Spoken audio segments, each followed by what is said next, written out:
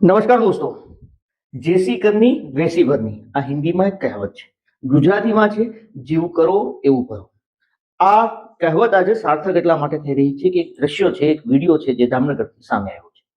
આમ આદમી પાર્ટીના ગોપાલભાઈ ઇટાલિયા જે જાહેર સભાને સંબોધી રહ્યા હતા ગત રાત્રે, આ સમયે એક શખ્સ છે જે ઉભો થાય છે અને ઉભો થયા બાદ ગોપાલ ઇટાલિયા ઉપર જૂતો ફેંકે છે અને હોબાળો મચી જાય છે. એવું પણ માનવામાં આવે છે કે એ વ્યક્તિની ત્યાં મેથી પાક આપવામાં આવે છે, લોકો છે તેની ઉપર તૂટી પડે છે. પાર્ટીઓ આક્ષેપ પ્રતિ આક્ષેપ અન્ય પાર્ટીઓ ઉપર લગાવી રહ્યા છે.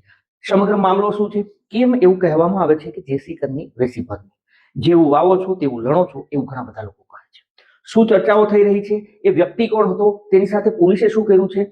અને ગોપાલ ઇટાલિયા ઉપર કેમ જૂતો ફેંકાયો છે? અને આ જૂતો ફેંકાયા બાદ રાજકીય પાર્ટી શું ચર્ચા કરી રહી છે, લોકો શું ચર્ચી રહ્યા છે, પક્ષપાત અલગ અલગ પક્ષો શું માની રહ્યા છે, અને આપણા જે કર્મમાં માને છે એ લોકોનું શું કહેવું છે, આ તમામ મુદ્દે વાત કરીએ, વિડીયોની શરૂઆત કરીએ.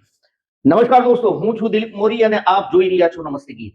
આમ આદમી પાર્ટી જ્યાં વિસાવદરમાં ભવ્ય જીત બાદ આમ આદમી પાર્ટી છે તેના જીવમાં જીવ આવ્યો છે અને તે ગુજરાત જોડો યાત્રા કરી રહી છે. ઠેક ઠેકાણે આ યાત્રામાં જોરદાર સમર્થન પણ મળી રહ્યું છે, પરંતુ અનેક જગ્યા ઉપર એવા ચમકલા પણ થયા છે જે ચર્ચાનું કારણ બન્યા છે. અને આજે વધુ એક ચમકલું છે તે સામે આવ્યું છે.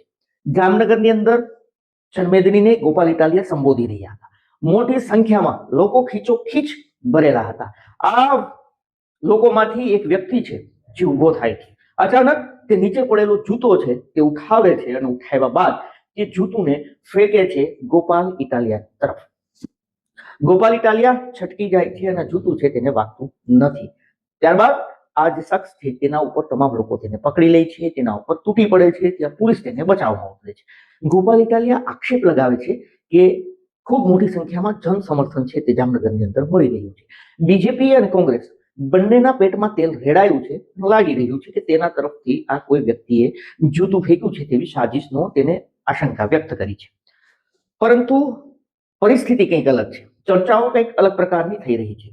ઘણા બધા લોકોનું કહેવું છે કે આ જૂતું જે ફેંકાયું છે તે ગોપાલ ઇટાલિયા ઉપર ફેંકાયું છે.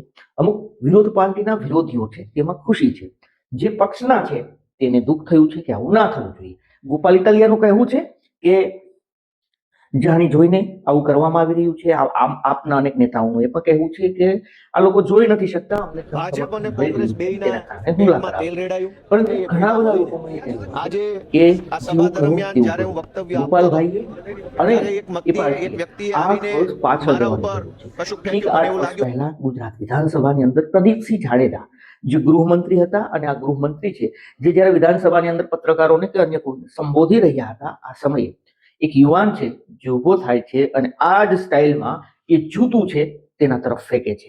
પ્રદીપસિંહ જાડેજા પણ એ વખતે જૂતાથી છટકી ગયા હતા, તેને વાગ્યું નહોતું. આ યુવાનનું નામ હતું ગોપાલ ઇટાલિયા. જી હા દોસ્તો, આ એ જ યુવાન છે જે આજે વિસાવદરના ધારાસભ્ય છે, જે આજે આમ આદમી પાર્ટીના નેતા છે અને જે આજે જામનગરની અંદર જનમેદનીને સંબોધી રહ્યા હતા. અને તેની સાથે કંઈક એ ઘટનાક્રમ થયો છે જે ઠીક 8 વર્ષ પહેલા પ્રદીપસિંહ જાડેજા સાથે તેને કર્યો હતો. જેના કારણે જે લોકો કર્મમાં માને છે તે કહી રહ્યા છે કે જેવું વાવો છો તેવું લણો છો. સમય બદલે છે અને આ સમય બદલતા જે જગ્યા ઉપર ગોપાલ ઇટાલિયા હતા એ જગ્યા ઉપર આજે અન્ય કોઈ યુવાન હતો, અને જે જગ્યા ઉપર પ્રદીપસિંહ જાડેજા જે રીતે બોલી રહ્યા હતા અને તેની સામે જૂતું ફેંકીને તેની ઇજ્જત ઉછાળવાની કોશિશ કરી હતી, એ જ સેમ વસ્તુ આજે ઇટાલિયા સાથે થઈ છે. આવું મારું વ્યક્તિગત માનવું નથી, પરંતુ લોકોનું માનવું છે. બીજું એ કે જે યુવાન છે જેને જૂતું ફેંક્યું હતું તે કોણ હતું, શું કારણે જૂતું ફેંક્યું હતું અને તેની સાથે શું થયું છે. આ યુવાનનું નામ જાણવા મળી રહ્યું છે કે છત્રપાલસિંહ જાડેજા છે, જેણે આ જૂતું ફેંક્યું હતું. જૂતું ફેંક્યા બાદ તેને પબ્લિકે ઘેરી લીધા હતા અને તેને માર પણ મારવામાં આવ્યો હતો તેવી વાત હતી. પોલીસ વચ્ચે પડી હતી, તેને લઈને હોસ્પિટલ પણ લઈને ગઈ હતી.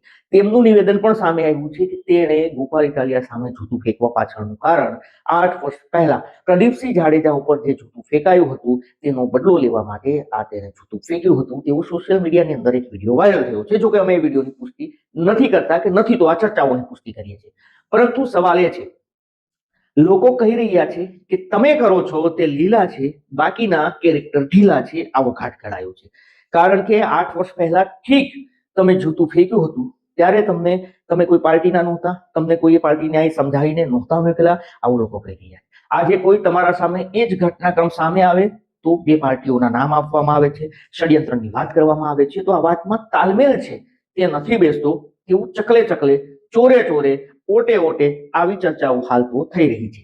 નંબર 2, ઘણા રાજકીય વિશેષજ્ઞો છે જેનું માનવું છે કે જ્યારે કોઈ સામે જૂતું ફેંકાય છે તો તેની ઇજ્જત ઉછળે છે, એ માણસ બદનામ થતો હોય છે.